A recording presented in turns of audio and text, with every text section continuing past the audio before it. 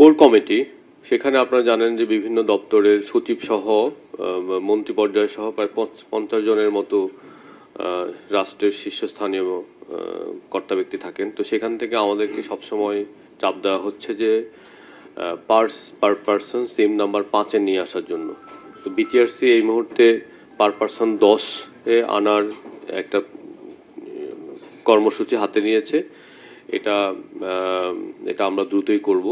এই কাজটা যখন শেষ হবে, ডেট শেষ হবে, তখন আমরা সবাইকে মেসেজ দিব, না SMS দিব যে কাদের এনআইডি এবং নামের এগেনস্টে কি পরিমাণ সিম MSISDN অ্যাক্টিভ আছে, এটা আমরা SMS দিয়ে সবাইকে জানাবো। হ্যাঁ, আচ্ছা, চলছে। আচ্ছা, 30 অক্টোবরের পরে ফোর্সফুলি বন্ধ করব। কিছু শৃঙ্খলা সেখানে আসবে, কিন্তু স্বরাষ্ট্র মন্ত্রণালয় এবং কোর কমিটি, আইন শৃঙ্খলার দায়িত্বে নিয়োজিত কোর কমিটির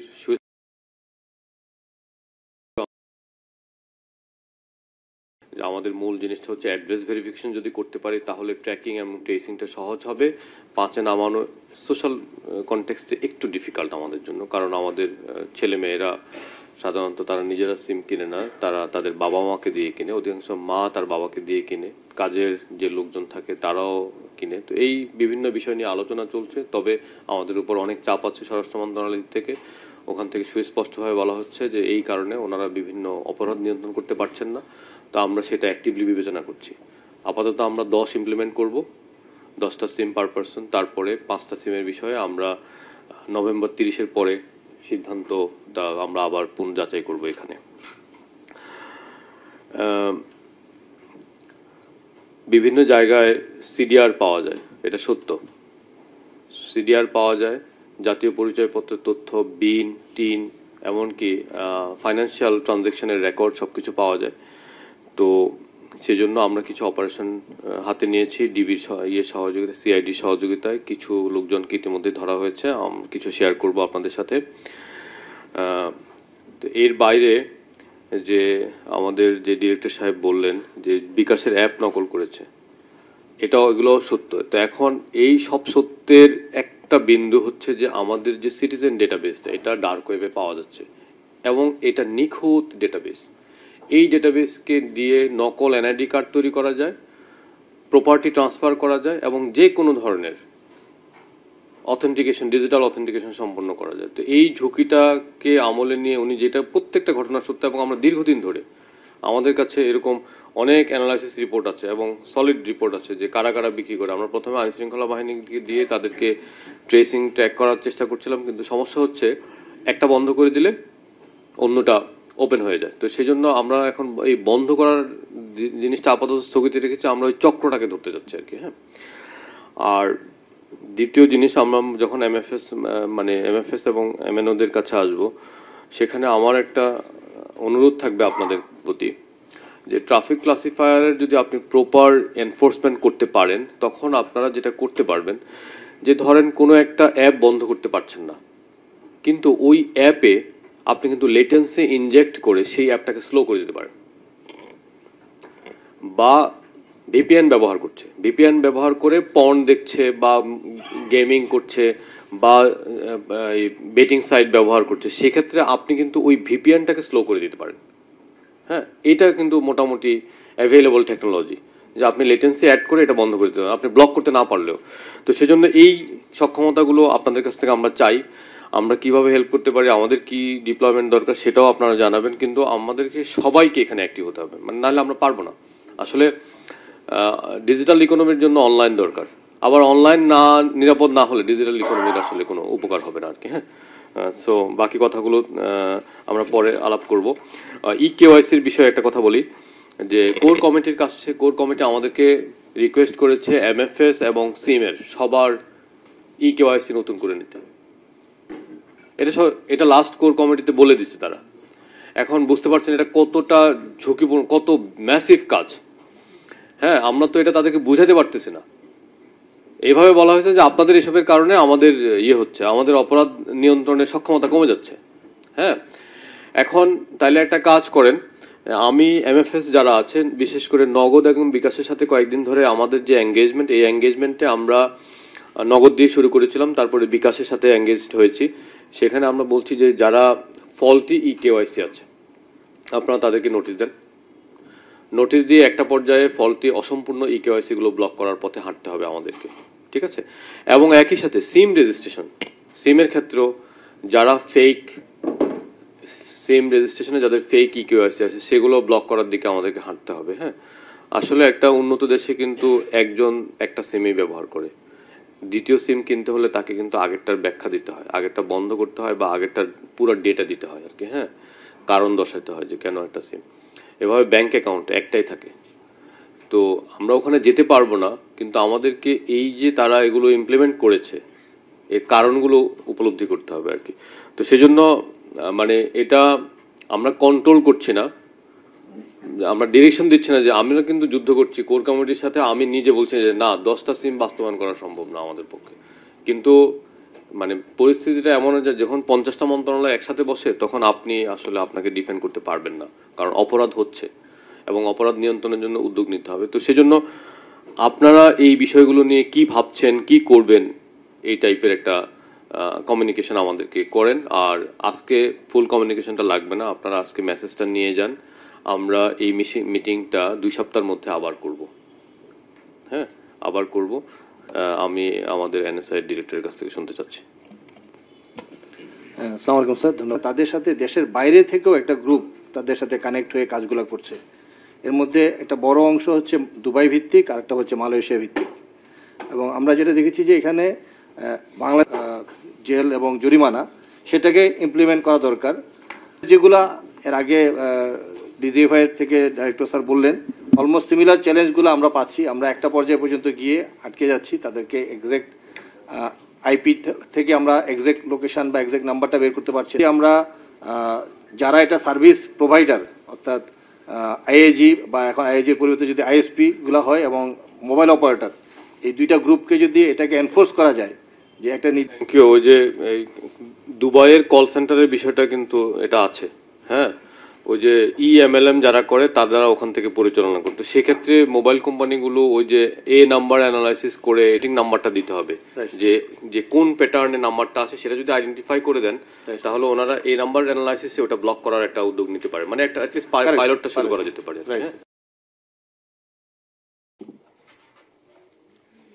সেখানে আমরা ইলেকশন কমিশনকেও ডাকবো, আর আজকে কোন কোন স্টেক হোল্ডার আসে নাই তাদেরকে আমরা ডাকবো। আর এর মধ্যে আমরা এমএনও এবং ইসি, এমএফএস এবং ইসি এই দুইটা সেগমেন্টকে নিয়ে আমরা আলাদা বলবো, ঠিক আছে, এই 2 সপ্তাহের মধ্যে। আচ্ছা, তারপর ডেটটা ঠিক করে ফেলাম 2 সপ্তাহের মধ্যে, ঠিক এই দিনে অর্থাৎ নেক্সট উইকের পরের উইকে এই দিনে এই সময় আমরা আবার বসবো। হ্যাঁ, এর মধ্যে আপনারা সবাই নিজ নিজ হোমওয়ার্কটা সেরে আসবেন যে আপনারা কি করবেন, আপনাদের করণীয় কি, এবং আপনাদের ওই করণীয়টাকে ফ্যাসিলিটেট করার জন্য আমাদের কাজ কি, মানে বিএফআইও, সিআইডি, এনএসআই এজেন্সিগুলো, both from enforcement side and from technology side. হ্যাঁ, দুইটা সাইড থেকে আপনাদের করণীয় কি, আমাদের করণীয় কি, এগুলো নিয়ে 2 সপ্তাহের মধ্যে আসবেন। এই 2 সপ্তাহের মধ্যে পর্যাপ্ত হোমওয়ার্ক করে আসবেন যে আপনি আপনার যে প্যাকেট করে কি কি বাস্তবায়ন করতে পারবেন। হ্যাঁ, এই আপনারা কি কি ডিপিআই সংক্রান্ত কি কি করবেন আর কি কি আমাদেরকে করতে হবে, এই মানে আলোচনার মধ্যে সীমাবদ্ধ না থাকি। আর দ্বিতীয়ত হচ্ছে যে আমাদের একটা যারা ব্লক লিস্ট এই পর্যন্ত করা হয়েছে, আমরা একটা সেন্ট্রাল ব্লক লিস্ট করব, এটা একটা সিদ্ধান্ত হলো। আর একটা সিদ্ধান্ত হলো যে আমরা যারা এটা শাহেদ ভাই হেল্প করবে, যে আইডব্লিউএফ থেকে যে লিস্টটা আসে এই লিস্টটা প্রপাগেট করব, আর প্লাস আমরা অন্যান্য সোর্স থেকে যে লিস্টগুলো পাই সেটার জন্য একটা সেন্ট্রাল একটা স্টোর করব। সেখানে ধরেন গুগল ড্রাইভ দিয়ে শুরু করি। হ্যাঁ, একটা ফর্ম থাকবে, সেখানে আমরা প্রতিটা কোম্পানির একজন সেখানে নমিনেটেড থাকবে, উনি ওটা পিক করবে, পিক করে ব্লক করবে, যাতে করে এই লেংদি প্রসেসটা আর কন্টিনিউ করতে না হয়। আর ওখানে যদি কোনো সাইট যদি ধরেন ভুলে উঠে থাকে তাহলে আপনারা ওই পাশে এখানে কমেন্ট করে দিন যে এটা ভুলে উঠছে। হ্যাঁ, আচ্ছা, এটা আমি এনটিএমসির সাথে কথা বলবো তাহলে একটা সেন্ট্রাল সিস্টেম তৈরি করার জন্য আর কি। হ্যাঁ, ঠিক আছে।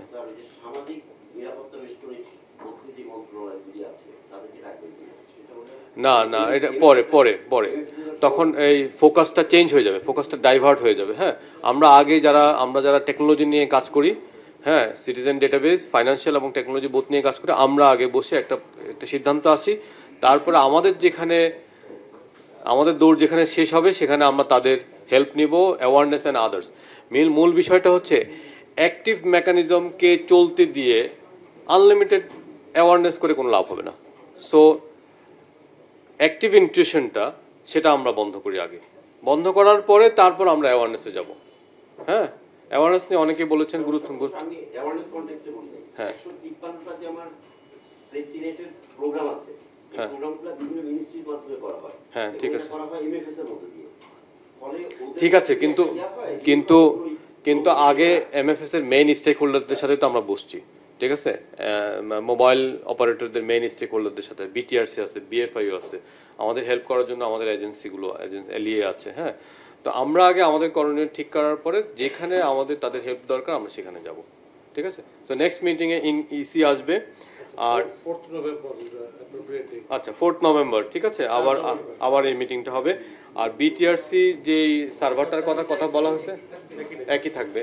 বিটিআরসি যে সার্ভারটার কথা বলা হচ্ছে আমরা আলোচনা করব। আর আমাদের এই যে বিএফআইওর যে অ্যাক্টিং হেড আছেন, আপনি ওই যে সেন্ট্রাল ডেটাবেসটা ম্যাচিং, ডুয়াল ভেরিফিকেশন, এটা নিয়ে আপনারা একটু পিএইচডির সাথে কথা বলে আমাদেরকে জানাবেন আর কি। হ্যাঁ, এটা আজকে বিকেলে মিটিং আছে। আচ্ছা, সিম ভেরিফিকেশন আর এমএফএস এর রি অথেন্টিকেশন, এই দুটা জিনিস নিয়ে আলাদা হয়েছে। আমরা আজকে সিদ্ধান্ত না নেই, আপনারা পর্যাপ্ত আলোচনা করে আসেন, পরের মিটিং আমরা সিদ্ধান্ত নিয়ে নিব। হ্যাঁ,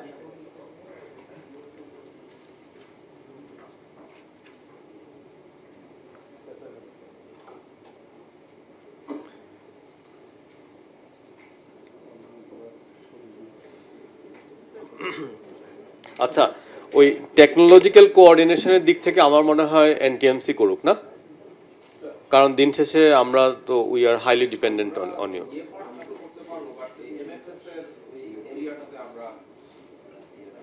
আচ্ছা, না সেন্ট্রাল যদি ডেটাবেজ হয় যে ব্লকিং লিস্ট বা সেন্ট্রাল, হ্যাঁ, সো টেকনোলজি প্ল্যাটফর্ম হিসাবে আমরা আপনাদেরকে সেন্ট্রাল কোঅর্ডিনেশন এজেন্সি হিসাবে দায়িত্ব দিচ্ছি, ঠিক আছে? সো আর কিছু বাকি আছে ভাই? একটু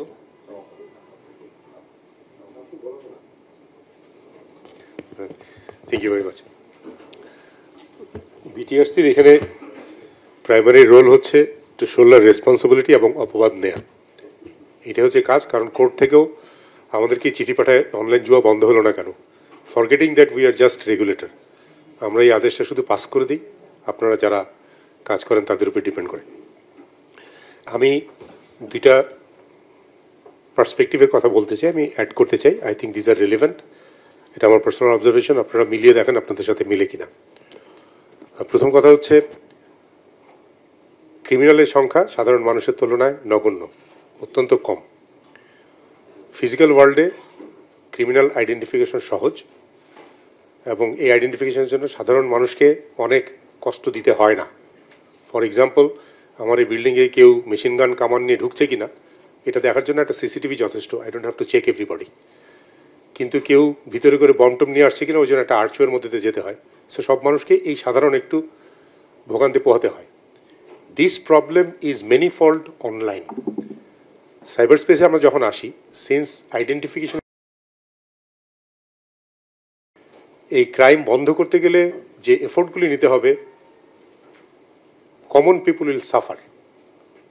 এই কথাটা বলার আমার প্রধান উদ্দেশ্য হচ্ছে যে আমাদের শুধু ক্রাইম বন্ধ করার ক্ষেত্রে ইফেক্টিভনেস দেখলে চলবে না, will have two way out যে আমার effectiveness are suffering of people, এই দুইটার মাঝখানে একটা অপটিমাইজেশন তৈরি, ব্যালেন্স তৈরি হচ্ছে কিনা, এটা হচ্ছে প্রথম ইম্পারেটিভ।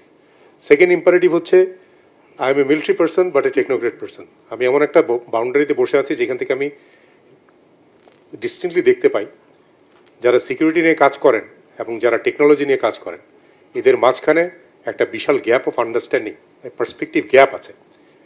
এই গ্যাপটা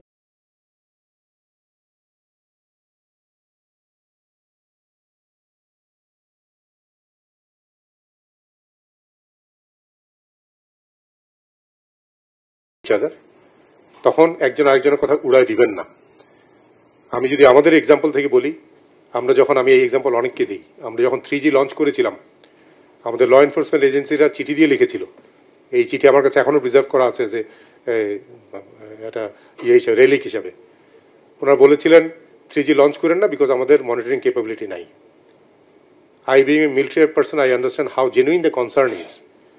Security the key হবে, but at the same time, when you saw from the point of view of industry তখন বলছিল যে আমার 10% কানেক্টিভিটি বাড়া মানে হচ্ছে 1% GDP বাড়া।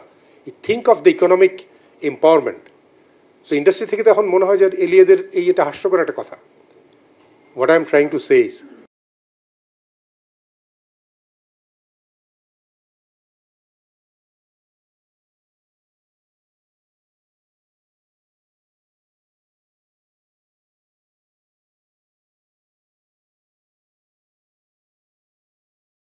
2005 থেকে 2015 সাল পর্যন্ত there were abortive tries. Many a times the entire industry has tried যে সিমের একটা অ্যাকাউন্টেবিলিটি আসে নাই। 2016-17 যে ড্রাইভটা হয়েছিল, that was the first time it became effective to a great extent. But আপনাদের যদি মনে থাকে, কনসার্নটা সিকিউরিটির ছিল, যে আমরা সিম যদি আইডেন্টিফাই করতে না পারি তাহলে আমাদের সিকিউরিটি, জেনুইন কনসার্ন। বাট এই এফোর্টটা নিতে গিয়ে 17 কোটি সিম রেজিস্ট্রি করতে গেলে 10 কোটি মানুষকে লাইনে এসে দাঁড়াতে হয়েছিল। If you remember how massive that thing was.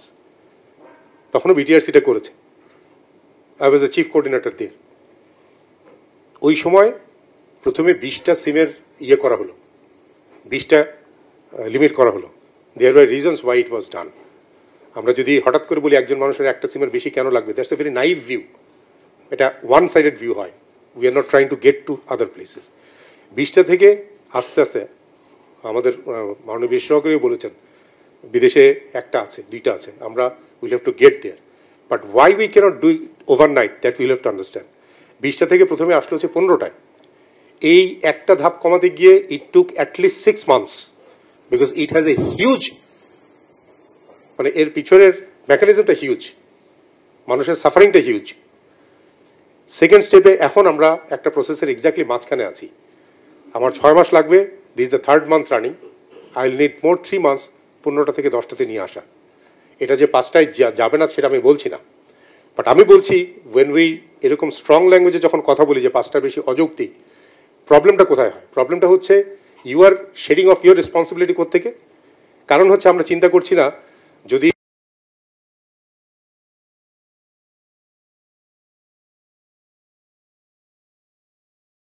the number of criminals are very, very little.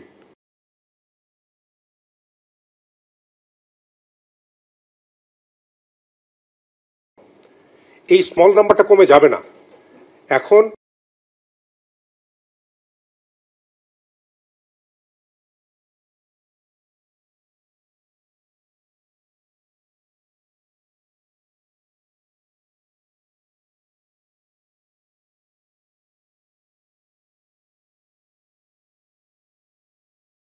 সাইটগুলো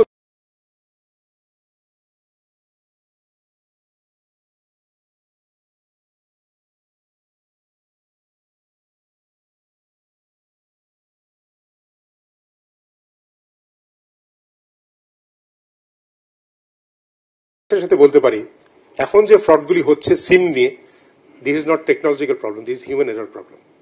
এটা আমরা এখন কনফিডেন্স নিয়ে বলতে পারি এই জন্য যে একটা মানুষের জ্ঞাতসারে অজ্ঞাতসারে একটা সিম রেজিস্ট্রেশন হতে পারে, বাট ডেফিনেটলি behind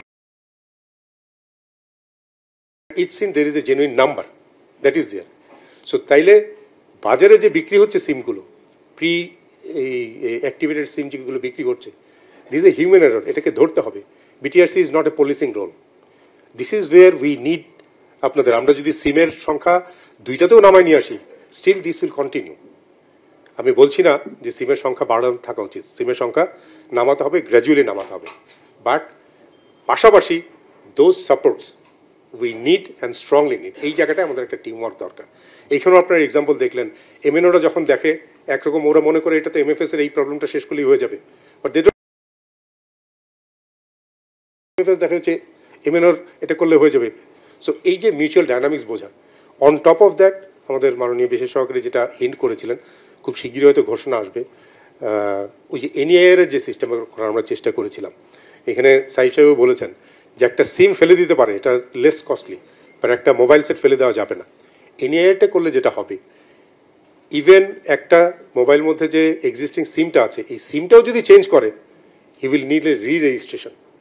সো আমাদের একটা অটোমেটিক প্রসেস অফ রি-রেজিস্ট্রেশনের মধ্যে যেতে হবে।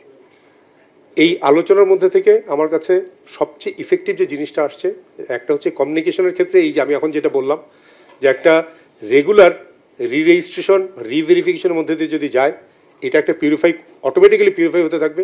সিমিলারলি ফাইন্যান্সিয়াল পেমেন্টের যে অ্যাসপেক্ট আছে, সেখানেও যদি এইরকম frequently re-verification, I would not say re-registration, it's a huge thing, at least re-verification process যদি আরও বাড়ানো যেতে পারে, আমার মনে হয় this two are probably the most effective. এই দুইটা মাথায় রেখে যদি আমরা কোঅপারেশন নিয়ে কাজ করি, and if we have that mutual respect, যা আরেকজন যেটা বুঝতেছে ওটা যে ইলজিক্যাল, নট নেসেসারিলি, এই মিউচুয়াল রেসপেক্টও যদি থাকে, তাহলে আমার মনে হয় will be very effective. Thank you. আগামী মিটিংয়ে ইসি এবং পিএইচডি কে নিয়ে আসবো, আর আপনাদের কাছে রিকোয়েস্ট হচ্ছে আপনাদের সিটিওদেরকে নিয়ে আসবেন একটু কাইন্ডলি, হ্যাঁ, যাতে করে আমরা ওই যে ডিসিশনগুলো নিব সিটিওরা রেসপেক্টিভ টেকনিক্যাল টিমে সেটা কনভে করতে পারেন প্রপারলি। হ্যাঁ, সো এই বলে বক্তব্য শেষ করছি। আপনাদের সবাইকে অনেক ধন্যবাদ, গুরুত্বপূর্ণ সময় দিয়েছেন, স্বল্প সময় নোটিস। আগামী মিটিংয়ে আমরা গুরুত্বপূর্ণ কিছু সিদ্ধান্ত নিব। এর আগে সবাই প্লিজ আপনাদের করণীয় এবং হোমওয়ার্কগুলো করে আসবেন। সবাই ভালো থাকবেন, আল্লাহ হাফেজ। এনআইডির মধ্যে যে ডেটা ফিল্ডগুলো আছে সেগুলো সব অ্যাকুরেট না। ওখানে যে নামের বানান আছে, ওখানে পিতামাতার নাম আছে, তাদের বানান আছে, বা জন্ম তারিখ আছে, কিংবা অ্যাড্রেস আছে, এগুলো কিন্তু অ্যাকুরেট না। তো যে কারণে একটা ইনঅ্যাকুরেট ডেটাবেজের এগেনস্টে আপনি যদি কাউকে আইডেন্টিফাই করে দেন, সেটা ইকুয়ালি প্রবলেমেটিক। তো সেই জন্য আপনাকে কি করতে হবে, একটা সিস্টেম ওয়াইড প্রপাগেশন করতে হবে। সিস্টেম ওয়াইড প্রপাগেশন মানে হচ্ছে কোনো ধরনের কোনো এই পরিচয় বিনিময় ধরনের এই মানে এই ফ্রডুলেন্স চক্রকে, এই দস্যু চক্রকে, যারা বাংলাদেশের কোটি কোটি মানুষের ডেটা লেনদেন করেছে ডার্ক ওয়েবে, তাদের এই ধরনের কোনো কিছু দিব না। আর ডিপিআই নিয়ে যেটা বলেছেন, যে ডিপিআই যেহেতু আমাদের ডিপিআই সক্ষমতা নাই বা কম, হ্যাঁ, আসলে নাই বললেই চলে, কারণ একটা ডিপিআই কে কাজ করাতে হলে আইপি লেয়ার 5 অ্যান্ড অ্যাভাব থাকতে হয়। আমাদের কারোই এই ধরনের সক্ষমতা নাই। তো যেই জন্য এখন এই জন্য প্ল্যাটফর্মগুলোর উপরে, এমএফএস এর গুলোর উপরে, এমএনওদের উপরে এবং মেটা গুগলদের উপরে আমরা ডিপেন্ডেন্ট। তো আমরা মেটা এবং গুগলের সাথে একটু কমিউনিকেট শুরু করব। আগে লোকাল এক্সপিরিয়েন্সটা নেই। আমরা আপনাদের সাথে যে কথা বলছি, এই কথা বলার একটা পর্যায়ে আমরা যখন পর্যাপ্ত লার্ন করবো যে অপরাধটা কিভাবে হচ্ছে এবং প্ল্যাটফর্মগুলো কিভাবে ব্যবহার হচ্ছে, তারপরে আমরা তাদের সাথে কমিউনিকেট করবো আর কি। হ্যাঁ, থ্যাংক ইউ। সেটা হলো দেখা যাচ্ছে যে বিটিআরসি বা আমাদের যারা এমএনওস আছে মোবাইল ইন্টিগ্রেট করবেন, তখন কাজ হচ্ছে যে আপনি বেসিক কিছু তথ্য দিবেন, এই তথ্যটা ভ্যালিডেট করবেন আপনি, ঠিক আছে? কিন্তু ওরা কি করতো, ভ্যালিডেট না করে তথ্যটা শেয়ার করে দিত, পুরো ডেটাবেসটা শেয়ার করে দিত, ঠিক আছে? অর্থাৎ ম্যাচ অ্যান্ড মিক্স না করে, ভ্যালিডেট না করে পুরো তথ্যটা, ওই এপিআইটা এমনভাবে ডেভেলপ করছিল পুরোটা দিয়ে দিত। তো এটা করতে করতে এটা আমরা বন্ধ করেছি। নির্বাচন কমিশন, আমি দায়িত্ব নেওয়ার পর থেকে নির্বাচন কমিশনের সাথে একাধিকবার বসে এটা বন্ধ করেছি। বলছে আপনারা শুধু ম্যাচ অ্যান্ড ভ্যালিডেট করেন, ইয়েস নো বলেন, আপনারা কাউকে ডেটা দিয়ে দেন না। কিন্তু তার আগেই তো ডেটাটা দিয়ে দিছে, ডেটা দিতে দিতে অল্টারনেটিভ ডেটাবেস তৈরি করে ফেলেছে তারা, বুঝতে পেরেছেন? হ্যাঁ, এখন ওই তারাক বরকতুল্লাহ সহ ওই যে পরিচয় গ্যাং, ওদের অল্টারনেটিভ ডেটাবেস আছে, এটা অনেকেই স্বীকার করে না, কিন্তু আছে। এই জন্য অনেকের কাছে ওই ডেটাবেসগুলোর অ্যাক্সেস আছে এবং তারা বেচা বিক্রি করে।